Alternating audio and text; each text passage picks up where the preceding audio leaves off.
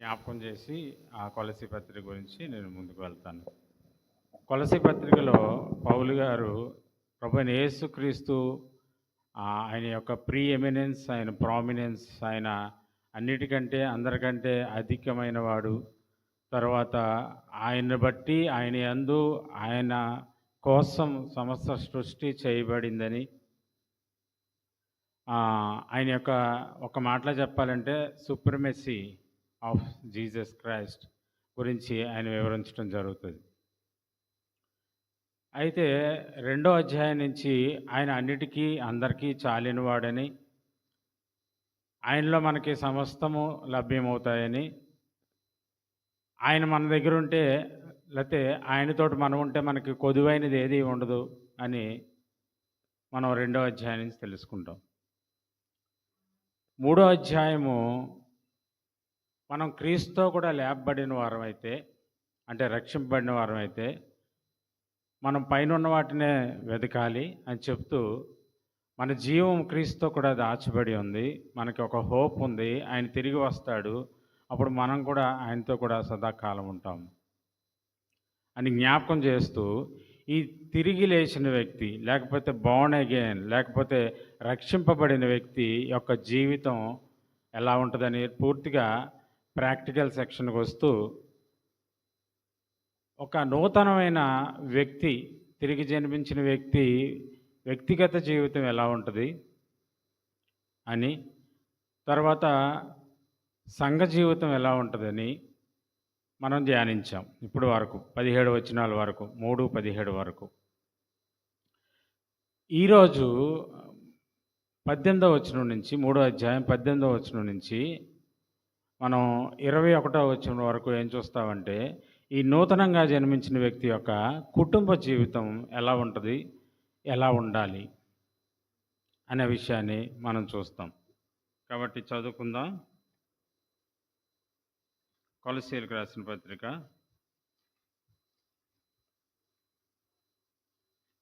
3వ అధ్యాయము 18వ వచనం నుంచి, భార్యలారా మీ భర్తలకు విధేయులయుండుడి, ఇది ప్రభువును బట్టి యుక్తమైనది. భర్తలారా మీ భార్యలను ప్రేమించుడి, వారిని నిష్ఠూర పెట్టకుడి.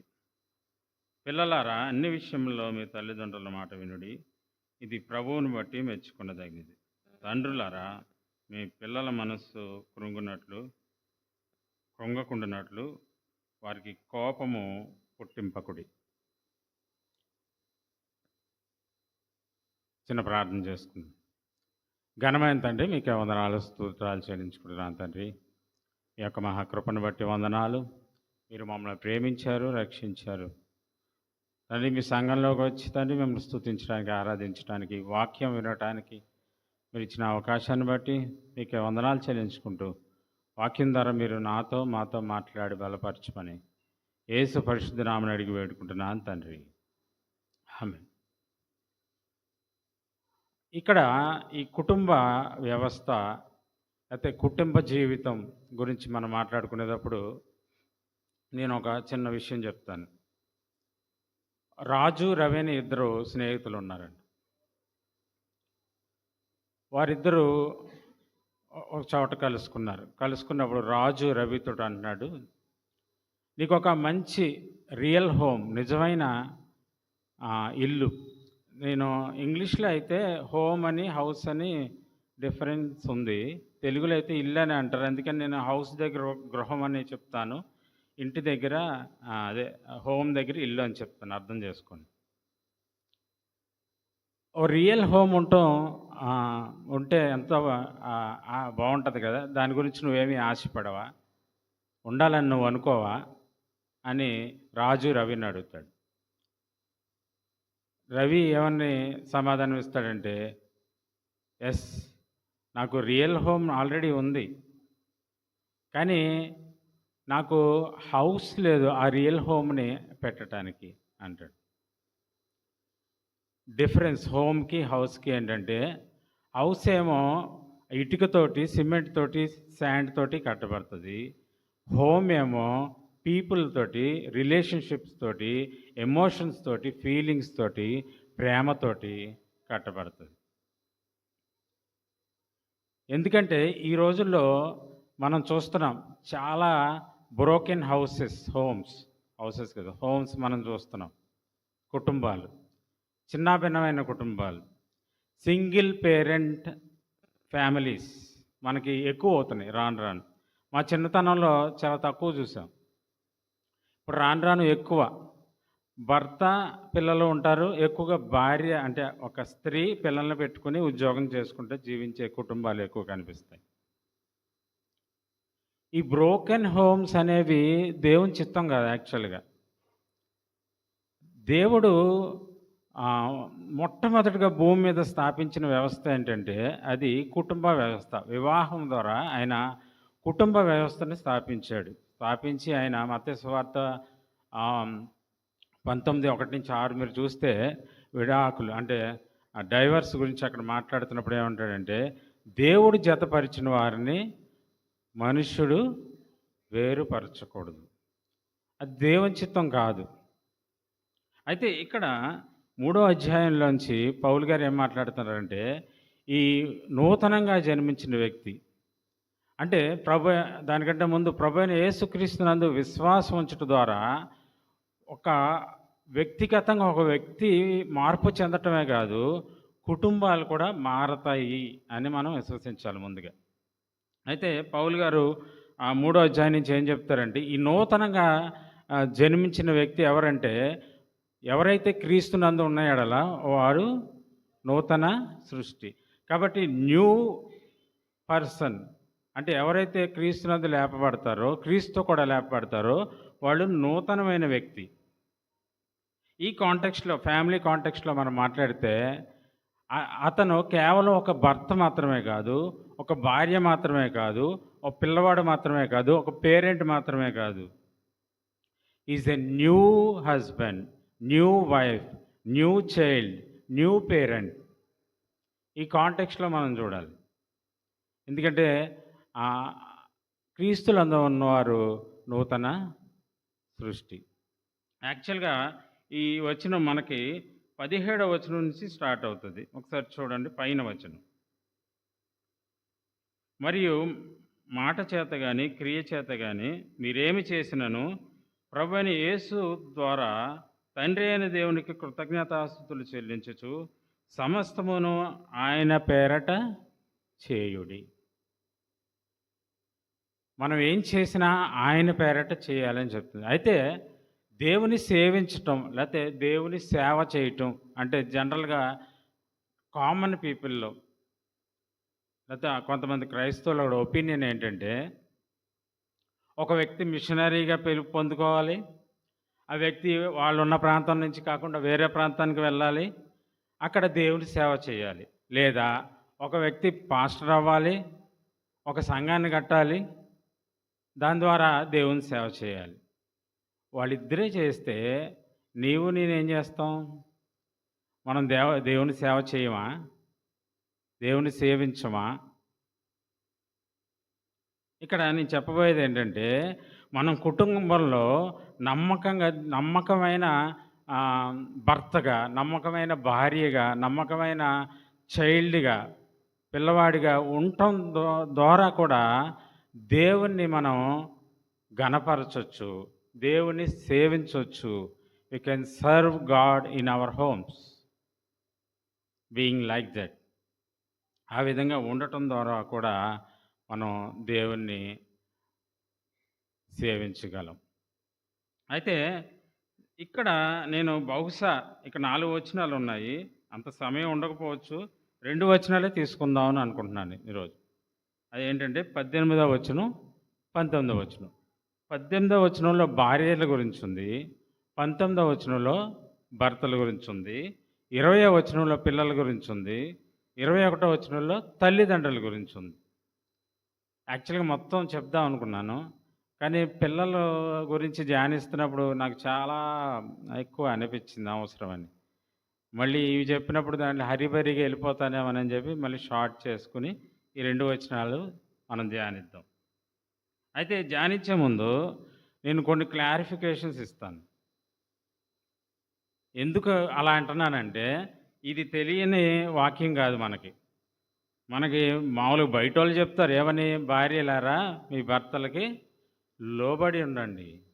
వారు చెప్పిన మాట వినండి. క్రైస్తవుల మాట మాత్రమే కాదు, బయట వారు కూడా చెప్తారు. అలాగే భర్తలారా మీ భార్యలని ప్రేమించండి. సాధారణమైన విషయమే. మనం వింటూనే ఉన్నాం. అలాగే ఉన్నాం.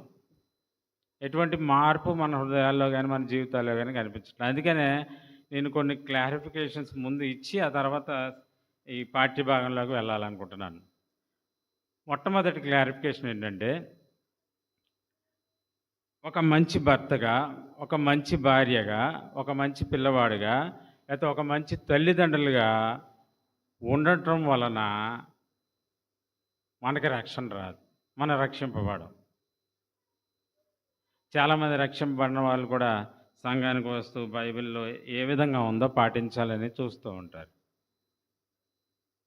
ఇక్కడ మనం ఈ పైన ఈ 3వ అధ్యాయము 12వ వచనం నుంచి కూడా చూస్తే ఆహ్, దేవునికి ప్రియులైన వారు తగినట్లు మీరు జాలిగల మనస్సును, దయాళత్వమును, వినయమును, సాత్వికమును, దీర్ఘశాంతమును ధరించుకొనుడి. అంటే బయట ఉన్నవాళ్ళు కూడా అంటే రక్షణ వైపు ఆలోచించకుండా నేను సాత్వికంగా ఉండాలి, తర్వాత వినయంగా ఉండాలి, భయభక్తులు కలిగి ఉండాలి, ఇలా అలా ఉండాలని ఆలోచిస్తూ ఉంటారు. మనం గుర్తుపెట్టుకోవాల్సిన విషయం ఏంటంటే, ఇవి రిక్వైర్మెంట్స్ కాదు సాల్వేషన్‌కి. కానీ ఆల్రెడీ రక్షింపబడిన వ్యక్తి చూపించే క్రైస్తవ జీవితం. అది మనం జ్ఞాపకం పెట్టుకోవాలి. మన మోటివేషన్ ఏమై ఉండాలంటే, నేను ఈ విధంగా ఉండటం ద్వారా నేను దేవుని యొక్క కృపను పొందుకొని నేను రక్షింపబడతాను. ఆయన నన్ను రక్షిస్తాడు ఈ విధంగా ఉంటే. అప్పుడు క్రియల ద్వారా రక్షణ అయిపోతుంది. మన మోటివేషన్ ఏమై ఉండాలంటే, నన్ను ఆల్రెడీ దేవుడు క్షమించాడు ప్రభువైన యేసుక్రీస్తులో. నన్ను నన్ను నూతన వ్యక్తిగా మార్చాడు. నా కోసం ఆయన ప్రాణం ఇచ్చాడు. అయితే నా మోటివేషన్ ఏమై ఉండాలంటే, out of gratitude, out of love I have to obey him in my home. నా గృహంలో నేను కృతజ్ఞతగా ఆయన్ని ప్రేమించిన వాడిగా నా ఇంటిలో నేను ఆయనకి విధేయుడిగా ఉండాలి.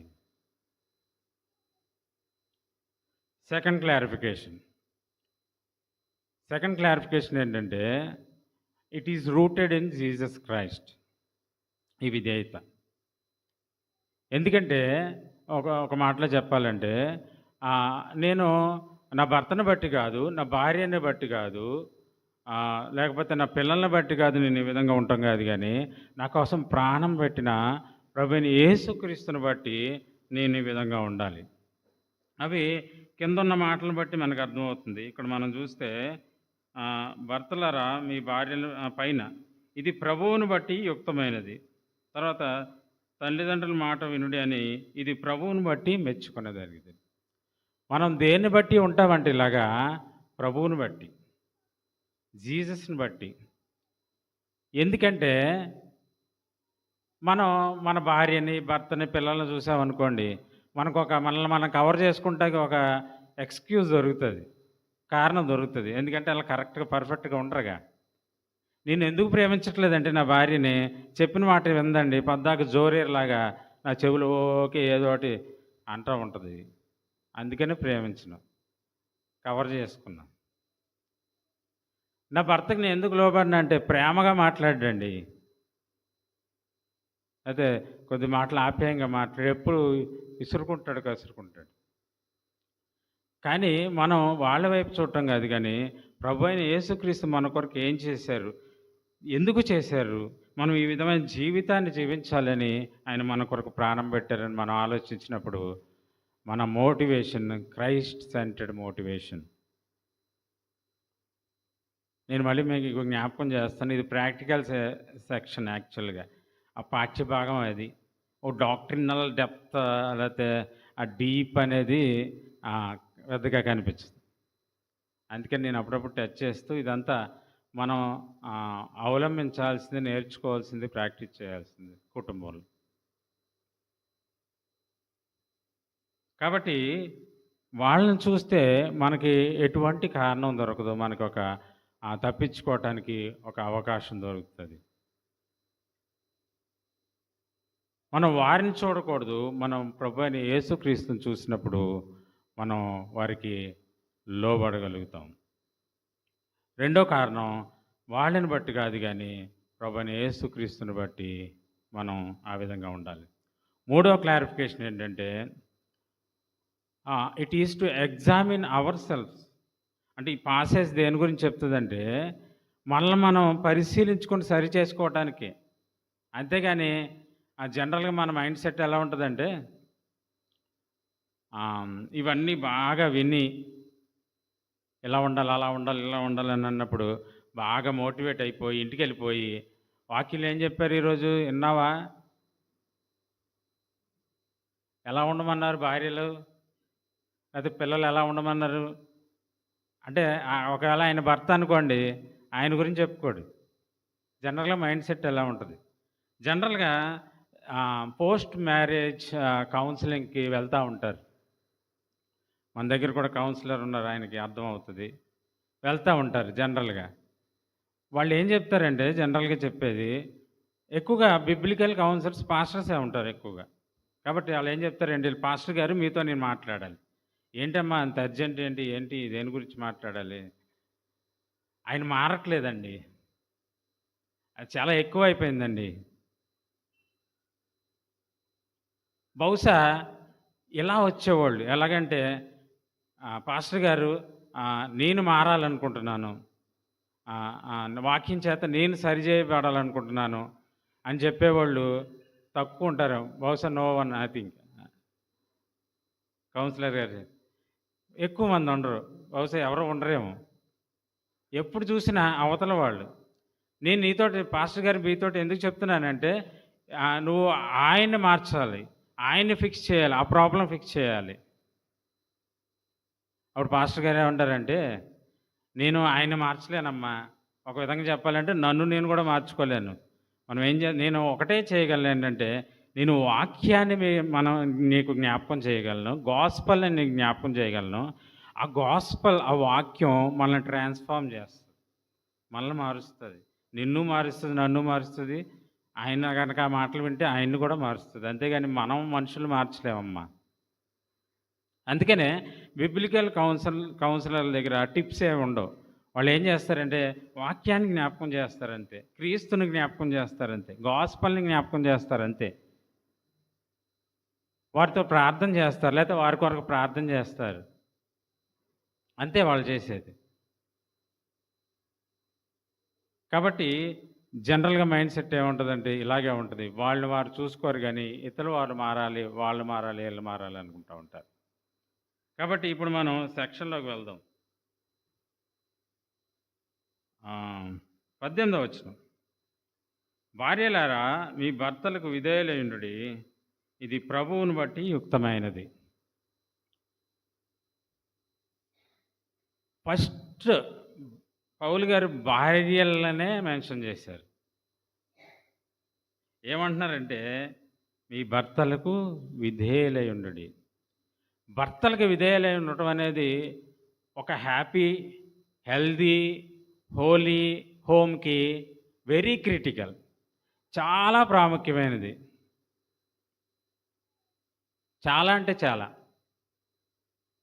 ఒకాయన ఇలా అన్నాడంట, "a man before marriage is incomplete. After marriage he is finished" అన్నాడు.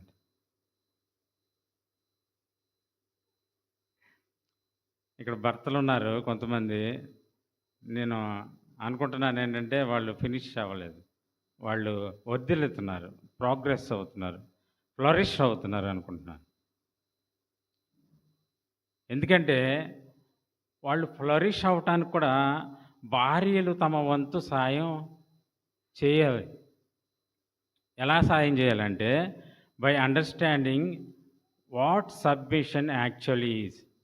అసలు సబ్మిషన్ అంటే ఏంటి అని అర్థం చేసుకోవటం ద్వారా వాళ్ళు భర్తకి వాళ్ళు వర్ధిల్లటానికి, మంచిగా ఉండటానికి, సంతోషంగా ఉండటానికి, హ్యాపీగా ఉండటానికి, ప్రోగ్రెస్ అవ్వటానికి ఉపయోగపడుతుంది.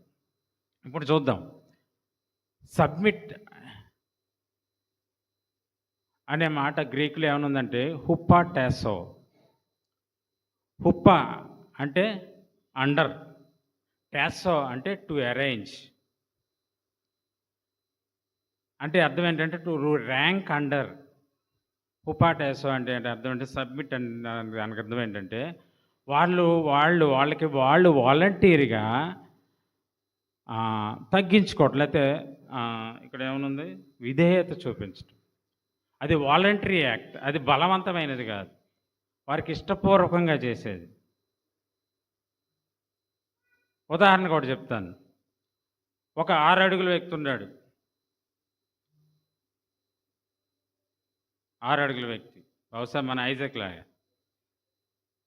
ఐజక్ అంటే పాస్టర్ గారు కదా, మన ఐజక్ ఉన్నాడు.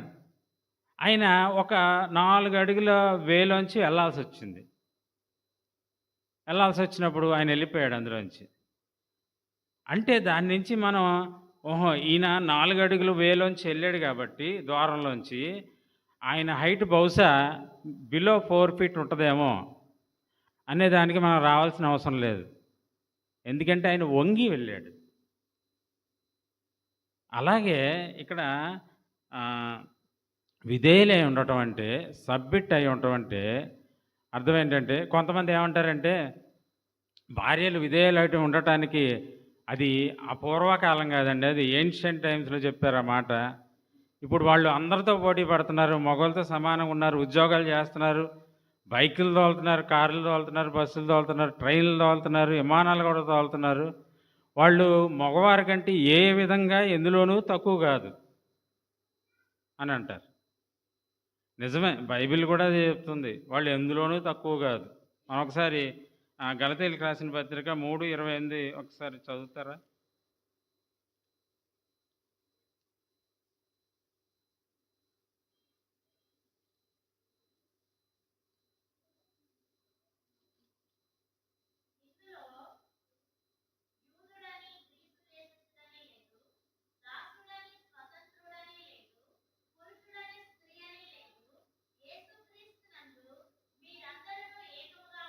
చాలు.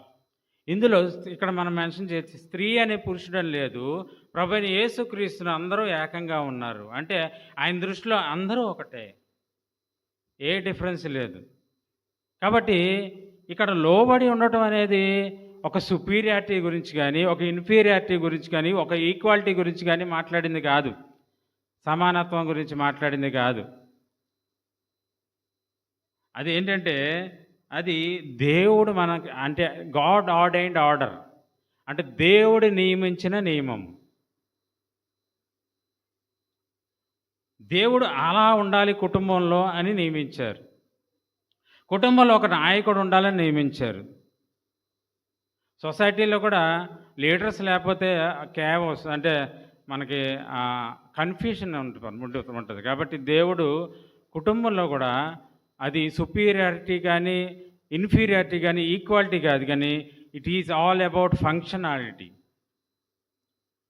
ఫంక్షన్ అవ్వటానికి ఆ రోల్స్ని పెట్టారు దేవుడు, అంతేగాని ఎక్కువ తక్కువ అని కాదు. మనం 1 కొరింథీయులకు రాసిన పత్రిక 11వ అధ్యాయం 3వ వచనం.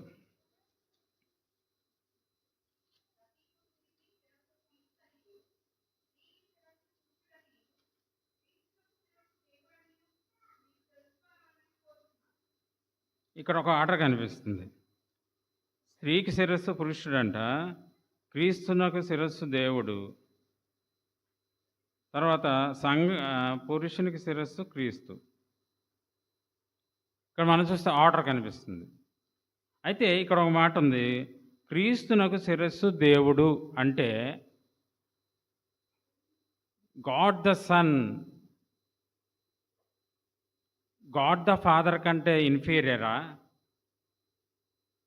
క్రీస్తుకు దేవుడు శిరస్సు అంటారు తండ్రి అంటే ఇన్ఫీరియరా?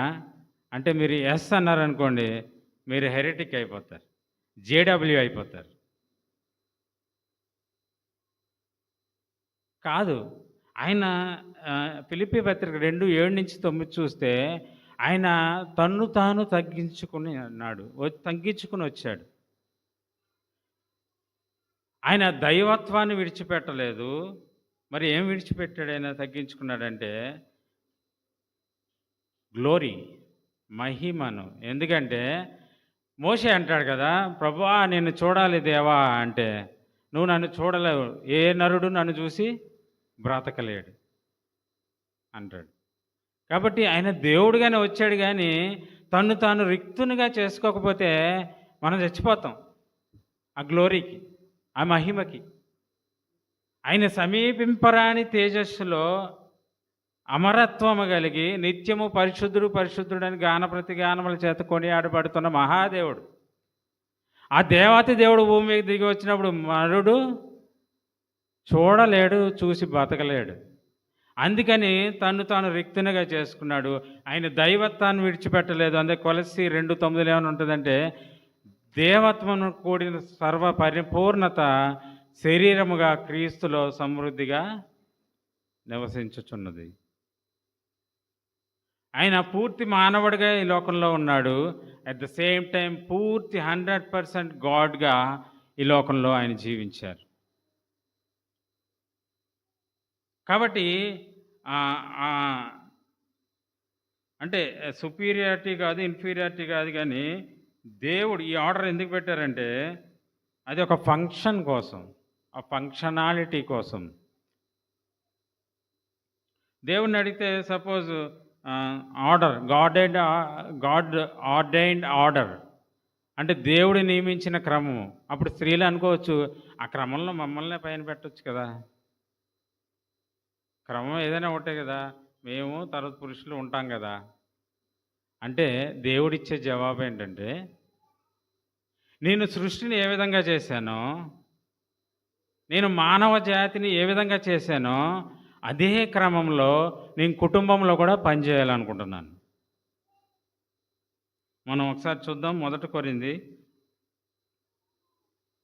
మొదటి తిమోతి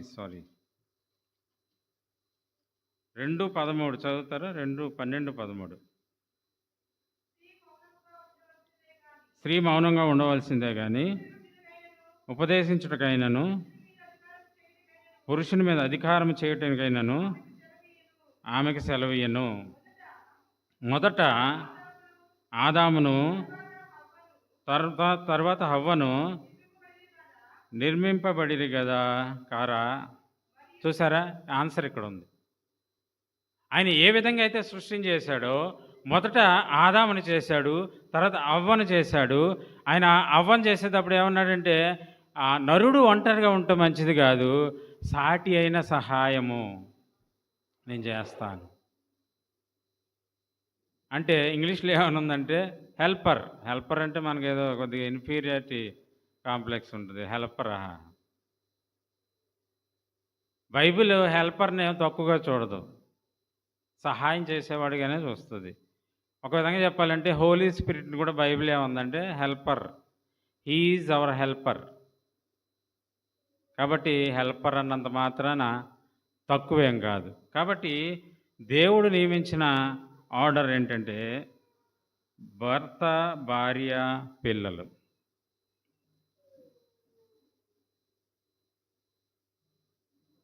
అయితే సబ్మిట్ అవ్వటం అంటే పురుషునికి సబ్మిట్ అవ్వటం చాలా కష్టమండి స్త్రీలకి. ఏదో నేను చెప్పేస్తున్నాను కానీ ఇప్పుడు దాకా లోబడాలని చాలా కష్టం. పైగా ఈరోజు ఇప్పుడున్న స్త్రీలకు మరీ కష్టం. ఎందుకంటే it is rooted in the curse. అది శాపంలో భాగము. మీకు చెప్తాను ఒకసారి, దీన్ని ఎక్కువ వివరించను కానీ మీరు అర్థం చేసుకోండి, నేను ముందుకు వెళ్ళిపోతాను చెప్పి.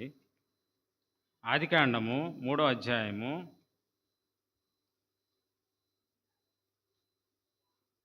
16వ వచనం చదువుతారా?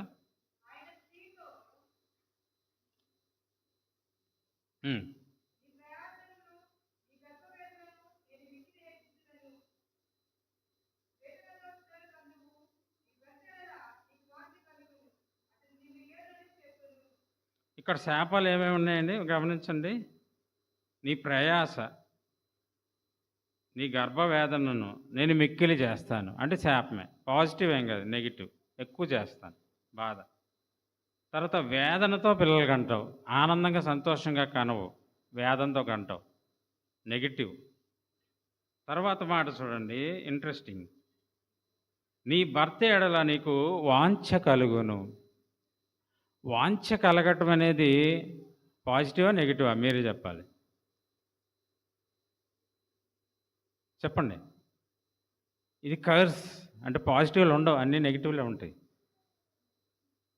పాజిటివా, నెగిటివా? ఎలా కనిపిస్తుంది మీకు? నీ భర్త ఎడల మీకు వాంఛ కలిగింది. పాజిటివ్‌గా కనిపిస్తుంది కదా! ఇష్టం కలుగుద్ది భర్త ఎడల. అంటే తప్పే ఉందండి అందులో. భర్తను ప్రేమించాలి కదా! కానీ అది నెగెటివ్. యాక్చువల్‌గా ఇక్కడ వాంఛ, డిజైర్ అనే మాటకి ఒరిజినల్ హెబ్రూలో ఏమని వాడబడిందంటే, వాంఛ అంటే ఇక్కడ అంటే ఏలటం, రూల్ చేయటం, దాని అర్థం వస్తుంది. అంటే ఇక్కడ ఏం చెప్తున్నారంటే, నువ్వు నీ భర్తని ఏలాలనుకుంటావు. కానీ గాడ్స్ ఆర్డర్ ఏంటంటే, నీ భర్త నీకు లీడర్‌గా ఉంటాడు. ఇక్కడ కాన్ఫ్లిక్ట్, టగ్ ఆఫ్ వార్ జరుగుద్ది ఇంట్లో. నువ్వు నీ ఇష్టం జరగాలి, నీ ఇష్టం నెరవేర్చుకోవాలి, నీ భర్త నీ మాట వినాలి అని అనుకుంటావు. కానీ దేవుడిచ్చిన నియమంలో నీ భర్తే నిన్ను లీడ్ చేస్తూ ఉంటాడు. ఇదే మాట మీకు ఇక్కడ కనిపిస్తుంది, 4వ అధ్యాయంలో కనిపిస్తుంది. 7వ వచనం చూడండి. 7వ వచనం, 4, 7. ఈ కయీను హేబెల్ గురించి అక్కడ అంటున్నప్పుడు కయీనుతోటి అన్న మాట ఇది. నీవు సత్క్రియ చేసిన ఎడల, ఆదికాండమే, తల ఎత్తుకొనవా, సత్క్రియ చేయని ఎడల వాకిట పాపము పొంచి ఉండును, నీ ఎడల దానికి వాంఛ కలుగును, నీవు దానిని ఏలుదువనెను. అదే మాట ఇక్కడ వాడారు, ఆ వాంఛ దగ్గర. ఇక్కడ కూడా అదే అర్థం. ఏంటంటే నువ్వు పాపం చేస్తే ఏమైందంటే ఆ పాపము ఏం చేస్తుంది, నిన్ను ఏలాలనుకుంటుంది. కానీ దేవుడు నిన్ను దాన్ని ఏలమంటున్నాడు దేవుని సహాయంతో. మళ్ళీ ఇక్కడ కాన్ఫ్లిక్ట్. అందుకనే ఇంగ్లీష్లో ఈ ESVలో చూస్తే, it's Dzire is for you but you must rule over it. You must అంటే యాక్చువల్గా నువ్వు రూల్ చేయాలి.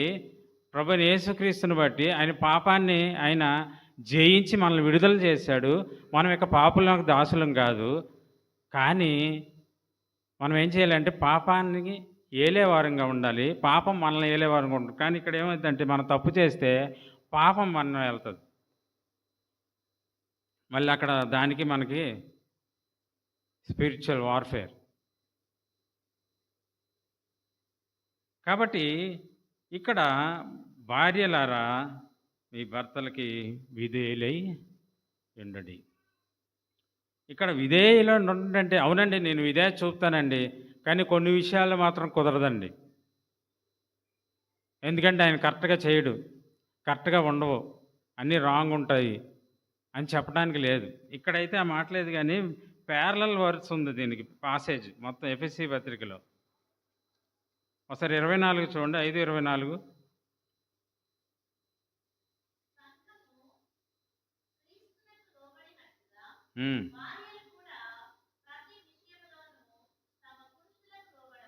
ఇక్కడ యాడ్ చేశారు ఏమని, ఇన్ ఎవ్రీథింగ్, ప్రతి విషయంలోనూ. అప్పుడు స్త్రీలకు ఒక డౌట్ వస్తుంది, మా భర్త అవిశ్వాసి అయితే ఏం చేయాలండి? మా భర్త అవిశ్వాసి అయితే ప్రతి విషయంలో లోబడాలా?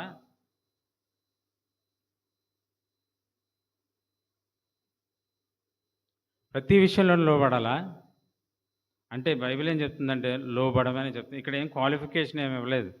భర్త ఇలా ఉంటే లోబడండి, అలా ఉంటే లోబడలేదండి. భర్తకు లోబడండి అంతే.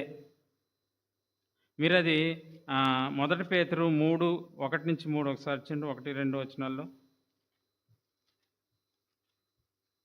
మీరు త్వరగా ఆడవాళ్ళు నాకు సహాయం చేస్తే నేను పురుషుల దగ్గరికి వెళ్తా. ఇప్పుడు దాకా మీ గురించే మాట్లాడుతుంది.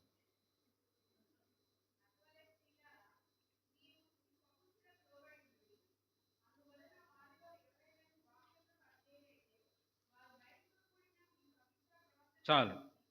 వాక్యానికి అవిధేయులైన వారు ఎవరు? దేవుని బిడ్డలా? రక్షింపబడని వారా? క్లియర్‌గా ఉంది. ఒకవేళ వాళ్ళ వాక్యానికి అవిధేయులైనా సరే మీరేం చేయాలంటే లోబడాలి. నేను వాక్యానికి విధేయులైతేనే లోబడతానండి అంటే కాదు. మీ భర్త ఎవరైనా సరే రక్షింపబడిన వాడైనా, రక్షింపబడని వాడైనా మీరు లోబడాల్సిందే. లిమిటేషన్స్ ఉన్నాయి. లిమిటేషన్స్ దగ్గరికి నేను వెళ్ళట్లేదు. ఎందుకంటే ఒకవేళ పాపం చేయమన్నాడనుకోండి, చెయ్యం మనం. అది మనకప్పుడు యాక్ట్స్ 5:29 గుర్తు రావాలి. వాళ్ళు ప్రభుత్వం ప్రభువైన యేసుక్రీస్తుని విడిచిపెట్టమంటే వాళ్ళు ఏమంటారంటే, మేము మనుషుని మాట కాదు కానీ దేవుని మాటే మేము ప్రయారిటీ ఇస్తాం, వింటాం. అది తర్వాత సంగతి. అవి మనం లిమిటేషన్స్లోకి వెళ్తే పురుషుల దగ్గరికి వెళ్ళలేం. అయితే ఇక్కడ ఏమని అన్నదంటే ప్రతి విషయంలోనూ అవిశ్వాసి అయినా సరే, మళ్ళీ ఇక్కడ 4వ వచనంలో ఏమంటారంటే అది దేవునికి వెరీ ప్రెషియస్ టు గాడ్ అంట. అంటే దేవుని దృష్టిలో చాలా విలువైనదంట అటువంటి మనస్సు కలిగి ఉండటం, అటువంటి గుణము ధరించుకొని ఉండటం.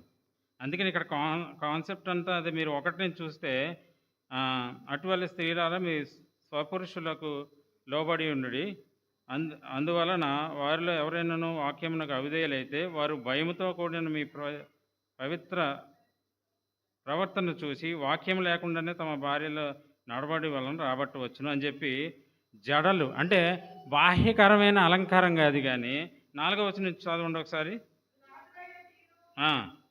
మృదువైనట్టు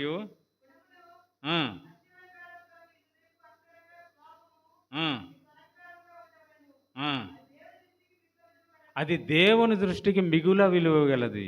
ఇటువంటి మనస్సు, లోబడే మనస్సు, తగ్గించుకునే మనస్సు ఎప్పుడైతే స్త్రీ ధరించుకుంటుందో అది దేవుని దృష్టికి బహు మిగుల విలువ గలది. కాబట్టి మనం ఇలా చెప్పడానికి కూడదు, అది దేవుని చిత్తం కాదు. ఏంటంటే నా భర్త అవిశ్వాసి కనుక నేను నా భర్తకి సబ్మిట్ అవ్వను. మనం ఏం చేయాలంటే నేను రక్షింపబడ్డాను, నా భర్త ఇంకా రక్షింపబడలేదు, కానీ నా యొక్క సబ్మిషన్ ద్వారా, నేను లోబడటం ద్వారా తను తెలుసుకుంటాడు. ఏమని తెలుసుకుంటాడంటే అది నాలోంచి న్యాచురల్గా వచ్చింది కాదు, it's a super natural act. దేవుడు తన కార్యాన్ని నా హృదయంలో, నా జీవితంలో చేశాడు కనుక నేను ఆ విధంగా ఉండగలుగుతున్నాను. అప్పుడు తను అర్థం చేసుకున్నప్పుడు తాను ఒక దినాన్ని కూడా దేవుని దగ్గరికి రావటానికి అవకాశం ఉంటుంది. అదే ఈ లేఖన భాగంలో ఉన్నది. మీ నడవడిక ద్వారా వాక్యం లేకుండానే అతన్ని రాబట్టవచ్చును దేవుని దగ్గరికి. కాబట్టి భార్యలారా మీ భర్తలకి లోబడండి. తర్వాత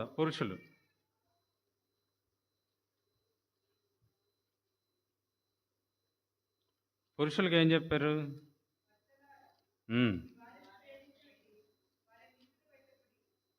భర్తలారా మీ భార్యలను ప్రేమించుడి.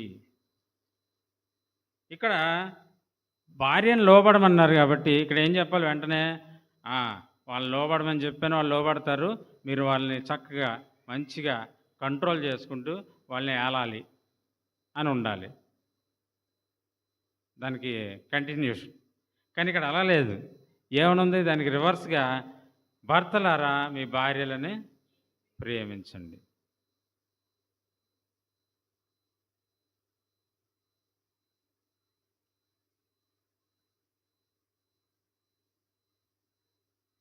భర్తలారా మీ భార్యలను ప్రేమించండి. అది ప్రభువును బట్టి యుక్తమైనది. కాదు, మీ భార్యలను ప్రేమించుడి, వారిని నిష్ఠూర పెట్టొద్దు అని వాక్యం చెప్తుంది. కాబట్టి ఒక ఆయన ఏమన్నాడంటే సంతోషంగా కలిగిన వ్యక్తి తాను ప్రేమించిన స్త్రీని పెళ్లి చేసుకుంటాడంట.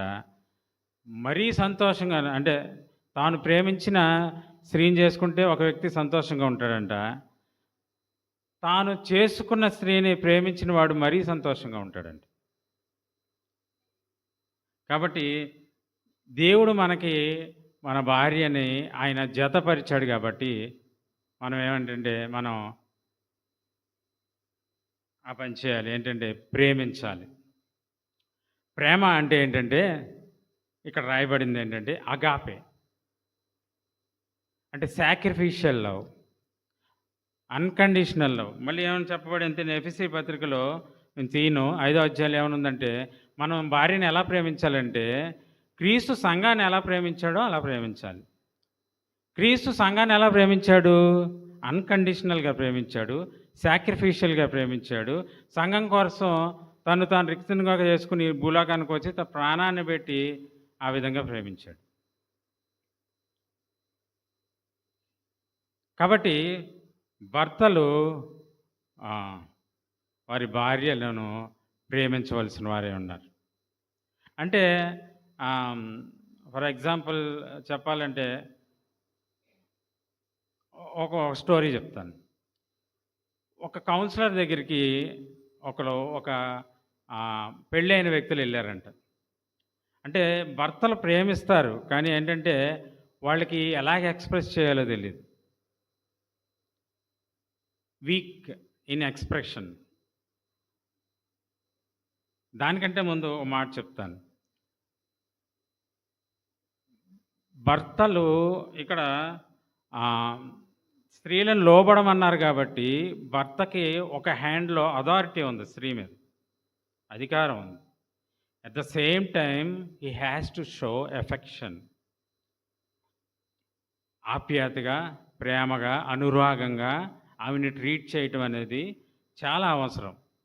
కాబట్టి ఇప్పుడు అథారిటీ ప్లస్ ఎఫెక్షన్ ఈ రెండు మిక్స్ అవ్వాలి, మళ్ళీ బ్యాలెన్స్లో ఉండాలి. మళ్ళీ ఏది ఎక్కువైపోయినా ఏమైంది? ప్రాబ్లం వస్తుంది. బ్యాలెన్స్గా ఉండాలి, అథారిటీ అండ్ ఎఫెక్షన్. అప్పుడు స్త్రీకి అది ఎలా ఉంటుందంటే భర్తకు లోబడతాం ఈజీగా ఉంటుంది. ఎందుకంటే అవును, నా భర్తకి నా మీద అధికారం ఉంది, అట్ ద సేమ్ టైం ఆయన నన్ను ప్రేమిస్తాడు, చాలా ప్రాణంగా ప్రేమిస్తాడు అని తాను తెలుసుకున్నప్పుడు తాను లోబడటానికి ఈజీగా ఉంటుంది. కాబట్టి భర్త ఎలా ఉండాలంటే he must be a leader and A lover. అతను ప్రేమించేవాడిలా ఉండాలి, అధికారం లీడర్ లాగా నడిపించేవాడుగా ఉండాలి.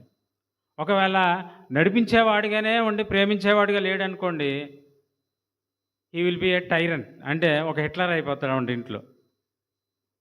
ఒకవేళ ప్రేమించేవాడిగానే ఉండి లీడ్ చేసేవాడిగా లేడనుకోండి, ఇక అతను దేవుని ఆర్డర్ని మార్చేసి ఇక ఏమీ జరగదనమాట. కుటుంబం అంతా చిల్లామిల్లి అయిపోయింది. అతనికి దేవుడిచ్చిన రెస్పాన్సిబిలిటీ ఏంటంటే కుటుంబాన్ని లీడ్ చేయమని. ప్రేమిస్తూనే ఉంటే అథారిటీ చూపించలేడు.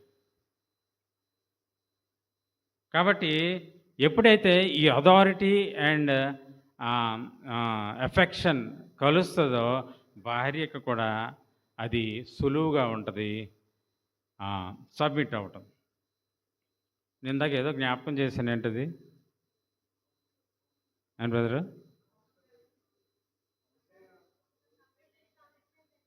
స్టోరీ చెప్తాను అన్నాను కదా. ఒక కౌన్సిలర్ దగ్గరికి వెళ్ళారంట పెళ్ళైన వాళ్ళు. ఆ కౌన్సిలర్ చాలా ముసలివాడు. వాళ్ళు వచ్చారు, వాళ్ళు కొద్దిగా యంగ్ కపుల్. వాళ్ళు వచ్చినప్పుడు చూడంగానే నా మనవరాల్లా ఉన్నావమ్మా అని పలకరించాడు ఆ అమ్మాయిని. అయితే వాళ్ళు మ్యారేజ్లో ఏదో ప్రాబ్లం ఉంది, రిలేషన్షిప్లో వచ్చారు. అయితే ముసలి కౌన్సిలర్ దగ్గర ఆయన చెప్పుకొచ్చాడు అతని ప్రాబ్లం. అతను మాటలన్నీ విన్న తర్వాత కౌన్సిలర్ ఏమన్నాడంటే, నాకు అర్థమైపోయింది, మీ ప్రాబ్లం ఏంటో నాకు అర్థమైపోయింది అని నుంచున్నాడంట. నుంచుని మనవరాలి వయసులో ఉన్న వైఫ్ అంటే భార్య దగ్గరికి వెళ్ళి చాలా హగ్ చేసుకుని, నీ ప్రాబ్లం సాల్వ్ అవ్వాలంటే ఇలా చెయ్యి, రోజు ఇలా చెయ్యి, రోజు ఇలా చెయ్యి అన్నాడంట. ఈ భర్త ఆలోచించాడు. ఆలోచించి ఓకే అని చెప్పి రేపు ఏ టైంకి తీసుకురమ్మంటారు మా ఆవిడని అని అడిగాడండి. అంటే ఆయనకి అర్థం అవ్వాలా, ఎలా ఎక్స్‌ప్రెస్ చేయాలి? ఏం చేయాలో తెలియలా. దేవుని ఎఫెక్షన్ అంటే భార్యని ఎఫెక్షన్ చూపించాలంటే ఏం చేయాలో తెలీదు. ఇది ప్రతి పురుషుడు వీకే. ప్రతి పురుషుడు ఎక్స్‌ప్రెషన్‌లో వీకే. ఎందుకంటే మనం స్త్రీలను చూస్తే స్త్రీలు కాదులెండి. పురుషులు ఈ ఎక్స్‌ప్రెషన్‌లో అంటే అయితే నాకో ప్రశ్న మిగిలిపోయింది. ఏంటంటే, ఇప్పుడు పురుషుల్ని అడుగుతున్నాను. మీరు ఎలాగ ఎక్స్‌ప్రెస్ చేస్తారు? మీ భార్యలను ప్రేమిస్తున్నాను అని ఎలా చెప్తారు? కొంతమంది ఏమంటారంటే వాళ్ళకి మంచి జ్యువెలరీ ఒక మంచి నెక్లెస్ తీసుకొస్తే అది వాళ్ళకి అర్థమవుద్ది మీరు ప్రేమిస్తున్నారని. ఒక గోల్డ్ ఆర్నమెంట్ తీసుకొస్తే వాళ్ళకి అర్థమవుద్ది మీరు ప్రేమిస్తున్నారని. మంచి కాస్ట్లీ పట్టు చీర షాపింగ్ తీసుకెళ్ళి ఇప్పిస్తే వాళ్ళకి అర్థమవుద్ది మీరు ప్రేమిస్తున్నారని. సరే వాళ్ళకి అర్థమైద్ది. మరి పూర్ పీపుల్ సంగతి ఏంటి? వాళ్ళు ఇవ్వగలరా జ్యువెలరీ? వాళ్ళు గోల్డ్ కొని ఒక నెక్లెస్ ఇవ్వగలరా భార్యకి? అంటే వాళ్ళు ప్రేమించరా? ప్రేమించట్లేదా? అది కాదు పాయింట్. ఇక్కడ పాయింట్ ఏంటంటే నేను ఒక చెప్తాను. కొన్ని సజెషన్స్ చెప్తాను. అవి అందరూ చేయగలరు. పూర్ అండ్ రిచ్ అంటే ఎవరైనా చేయగలరు. మొట్టమొదటిది ఏంటంటే సలహా. మొట్టమొదటిది ఏంటంటే ఎలాగ ఎక్స్‌ప్రెస్ చేయాలంటే మీ చెవులు వాళ్ళకి ఇవ్వాలి. You have to give your years to your wife. చెవులు ఇవ్వడం అంటే కోసివ్వటం కాదు. వాళ్ళ మాట వినాలి జాగ్రత్తగా. వాళ్ళు చెప్పింది వినాలి. ఎందుకంటే స్త్రీలు షేర్ చేసుకుంటారు ఎక్కువ మాట్లాడతారు. మన ఫెలోషిప్‌లో కూడా చూస్తే అయిపోయిన తర్వాత కూడా చూడండి. ఎక్కువగా వాళ్ళే చక్కగా షేర్ చేసుకుంటూ ఉంటారు. కాబట్టి వాళ్ళు షేర్ చేసుకుంటున్నప్పుడు మనం రిసీవ్ చేసుకోవాలి. అప్పుడు వాళ్ళని సంతోషపెడతాం. రెండోది ఏంటంటే we have to use hour lips లేకపోతే మౌత్. మన నోటిని వాడాలి. మన లిప్స్‌ని వాడాలి. సాధారణంగా స్త్రీ మనసుని మీరు సరిగ్గా అర్థం చేసుకుంటే బంగారం అవసరం లేదు, వజ్రాలు అవసరం లేదండి. చక్కగా అనురాగంగా, ఆప్యాయతగా, ప్రేమగా 4 మాటలు మాట్లాడారనుకోండి, చాలా సంతోషపడిపోతారు. చాలా ఆనందపడిపోతారు. కాబట్టి frequently you have to say I love you అని చెప్పాలి. అంటే తండ్రి దేవుడు కూడా మనకు చెప్పాడు ఐ లవ్ యూ అని. తన కుమారుని పంపించాడు చెప్పి. యోహాను 3:16లో దేవుడు లోకమును ఎంతో ప్రేమిస్తున్నాడు. తన కుమారుని లోకం కొరకు పంపించాడు. తప్పేం లేదు. కాబట్టి వాళ్ళని ఎంకరేజ్ చేయటానికి, వాళ్ళని ఆనందపరచడానికి మనం అలా చెప్తూ ఉండాలి. నేను ఇంకో ఎగ్జాంపుల్ చెప్తాను. కొంతకాలం అయింది పెళ్ళయ్యి. భార్యాభర్తలు ఇద్దరు కొట్టుకుంటున్నారంట. వాళ్ళు కొట్టుకుంటుంటే భార్య అంటుందంట, నువ్వు ఎప్పుడన్నా నాకు ఐ లవ్ యూ అని చెప్పావా అంటుందంట. భర్త అంటున్నాడంట, ఎందుకు చెప్పలేదు చాలాసార్లు చెప్పాను, ఎందుకు చెప్పలేదు చెప్పాను అంటున్నాడంట. అప్పుడు భార్య అంటుంది, ఎప్పుడు అని అడుగుతుంది పర్టికులర్గా. భర్త అన్నాడంట, మనకు పెళ్ళి అయింది కదా ఫస్ట్ రోజు, అప్పుడు చెప్పాను అన్నాడు.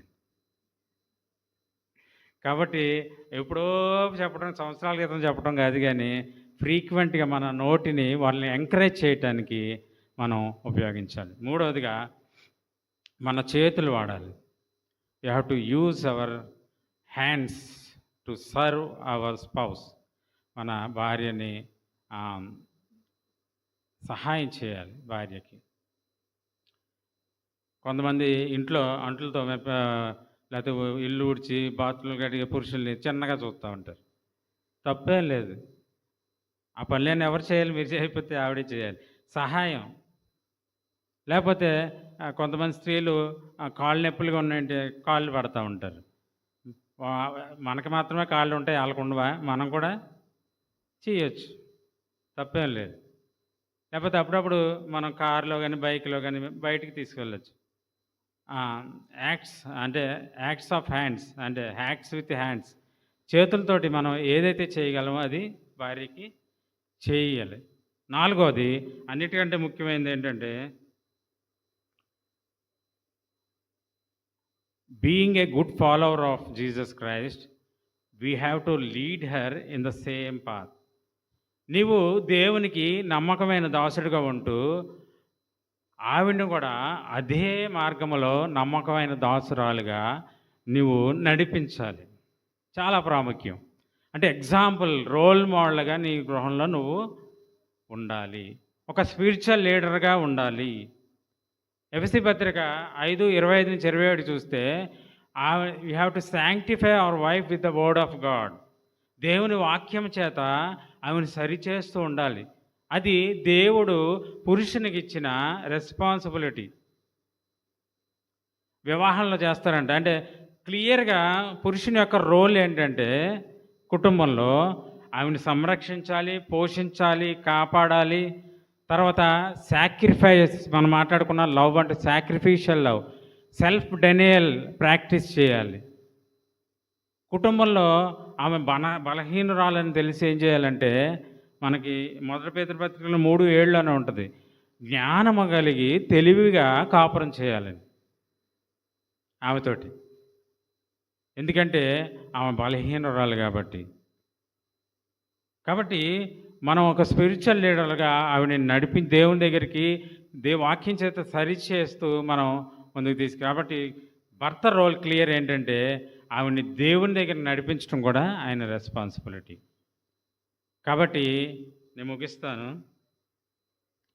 కాబట్టి ఒకవేళ మీ భార్య కనుక సూపర్ అనుకోండి, అంటే ప్రొవర్బ్స్ సామెతలు 31లో ఉన్నట్టుగానే ఉందనుకోండి మీ భార్య, అది మీకు బోనస్. ఒకవేళ అలా లేకపోయినా సరే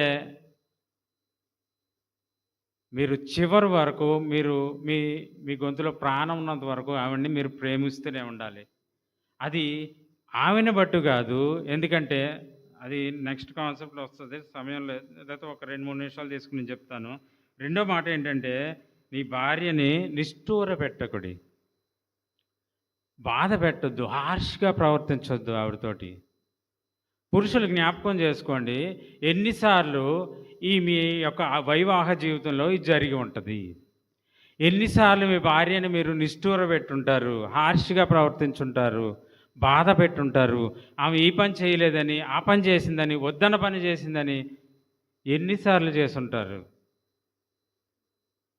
ఆ ఫ్రస్ట్రేషన్ తెచ్చుకుని ఆ ఫ్రస్ట్రేషన్ ఆమె మీద చూపించి ఇంట్లో, అది కేవలం బ్యాడ్ వర్డ్స్ లేకపోతే ఆమెను కొట్టడం మాత్రమే కాదు, ఆమెని చిన్నగా చూడటం కానీ, పైనుంచి కిందకి చూడటం కానీ, కళ్ళు పెద్దవి చేసి చూడటం కానీ, లేకపోతే ఒక టోన్ పెంచి ఆవిడ మీద అటాక్ చేయటం కానీ, ఇవన్నీ ఎన్నిసార్లు చేస్తుంటాం. ఎందుకు అది జరుగుతుందంటే we are looking at a wrong place. మనం ఆవిడ్ని చూస్తున్నాము, ఎవరు పర్ఫెక్ట్ కాదు. ఆవిడ్ని చూసినంత వరకు మనం ఆవిడని ప్రేమించాలని అనిపించదు. ఎందుకంటే ఆవిడే కాదు, మనం కూడా మన భార్యకి కూడా మన జీవితాన్ని చూస్తే లోపడాలనిపించదు. ఎందుకంటే మనం అనేక విషయాల్లో తప్పిపోతూ ఉంటాం. మనం రాంగ్ ప్లేస్లో చూస్తున్నాం. మనం చూడాల్సింది ఆవిడ్ని కాదు, మనం చూడాల్సింది ప్రభువైన యేసుక్రీస్తుని. ఇక్కడ మెన్షన్ చేసిన విధంగా ఆయనను బట్టి మనం ఆ విధంగా ప్రవర్తించాలి, ఆయన్ని ప్లీజ్ చేయటానికి ఆ విధంగా మనం ప్రవర్తించాలి. అది ఆవిడ్ని చూసిన బట్టి కాదు, ఆమె అర్హురాలు దానికి అని దాన్ని బట్టి కాదు, ప్రభువైన యేసుక్రీస్తుని బట్టి. ఒకటి విషయం మనం జ్ఞాపకం చేసుకుందాం, దేవుడు ప్రభువైన యేసుక్రీస్తు మన ఎడల ఏ విధంగా జాలి చూపుతున్నాడు. మనం కూడా మన భార్య లాగా అనేక విషయాలు తప్పిపోతున్నాం. మనం వాక్యానుసారంగా వాక్యాన్ని తప్పి అనేక విధాలుగా మనం ఆయనకి ఆయాసకరంగా జీవిస్తున్నాము.